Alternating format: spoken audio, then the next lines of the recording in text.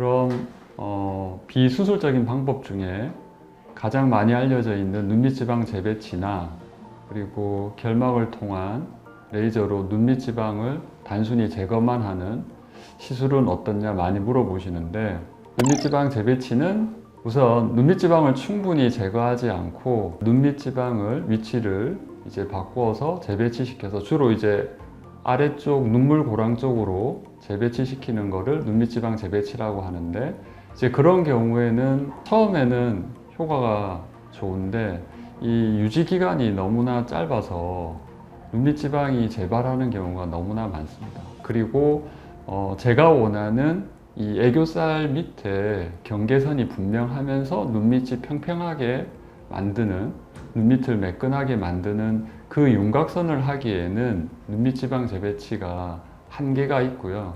그리고 재발의 빈도가 너무나 많기 때문에, 그리고 그 유지 기간이 너무나 짧기 때문에 저는 불완전한 시술이라고 생각을 하고, 눈밑지방 재배치를 받은 분들도 최근에 눈밑지방 교정술을 받은 경우가 많이 있습니다.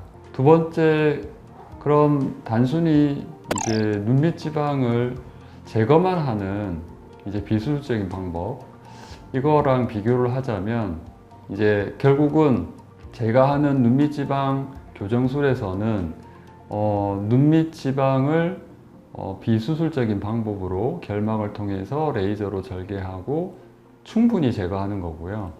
기존에 이제 다른 병원에서 하는 시술은 충분히 제거하지 않고 적당히 제거하고 다시 눈밑지방에 지방 이식을 하지 않는 방법이거든요. 그러면 고객 입장에서는 그냥 한 번의 시술로 끝나고 비용도 더 절감이 되니까 그게 더 낫지 않겠냐 생각하실 수도 있는데, 일단 제가 생각할 때는 눈밑지방을 충분히 제거하지 않고 적당히 제거할 때 첫 번째 문제는 재발의 문제점이죠. 우리가 이제 100세 시대를 생각할 때 한 번 시술을 하고 최대한 오래가는 시술법이 저는 조금 더 좋겠다는 생각이고요.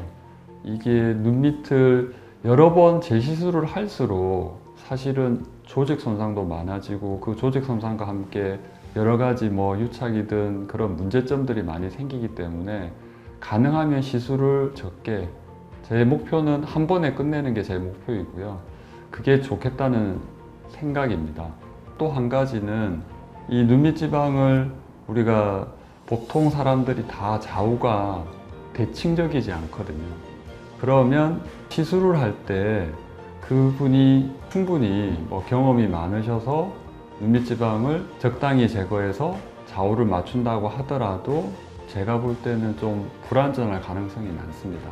왜냐하면 시술하다 보면 사실은 아무리 조심스럽게 조직 손상을 최소화해서 한다 하더라도 약간의 부종이 있을 수가 있고, 그리고 누워서 확인하는 거랑 또 앉아서 확인하는 거랑 시술에 어떤 제한점이 있다 보니까 그냥 적당히 제거한다는 게 사실은 현실적으로 여러 가지 어려움이 있습니다. 그래서 실내로 눈밑지방을 제거를 받으시고 저한테 눈밑이 좀 꺼졌어요, 또는 한쪽이 눈밑이 꺼졌어요, 좌우가 좀 비대칭이에요, 이렇게 해서 눈밑지방을 이식하는 것만 저한테 받으러 오시는 분들도 있거든요.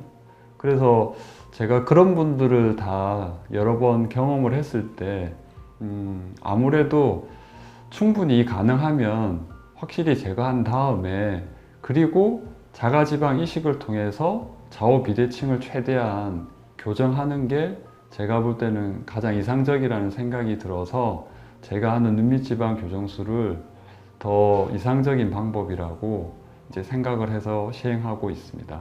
비수술적인 방법 중에 또 한 가지는 눈밑지방 제거를 하고, 그리고 그 눈밑지방 제거한 그 눈밑지방을 가지고 다시 시술 당일날 이제 자가지방 이식을 하는 방식이 있거든요. 그래서 이런 방법에 대해서도 이제 사실은 어떻게 보면 앞에 말한 단순히 눈밑지방을 제거하는 거에 어떤 보완책이 될 수는 있습니다. 하지만 이제 제 기준에서는 그 눈밑지방을 제거한 그 지방의 양이 너무나 미미하고, 그리고 우리가 그 교정을 해야 되는 부분이 사실은 눈밑 지방부터 눈물, 고랑, 심지어는 어떤 때는 인디언 밴드 부위까지 교정을 해야 되는 경우가 있거든요.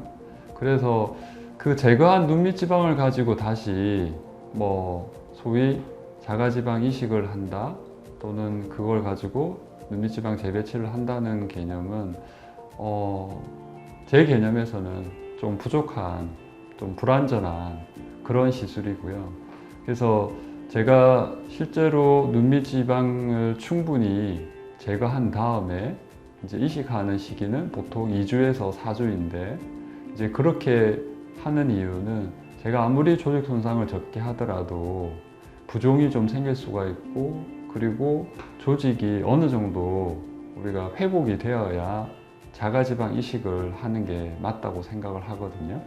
그래서 그리고 2주에서 4주 뒤에 자가지방 이식을 할 때도 제가 일반적인 그런 얼굴에 하는 지방 이식보다는 훨씬 더 정제를 많이 해서 아주 미세하게 지방 조직을 만들어서, 그래서 어떻게 보면 한 5배 정도 고농축을 시켜서 눈 밑에 자가지방 이식을 하는 거거든요.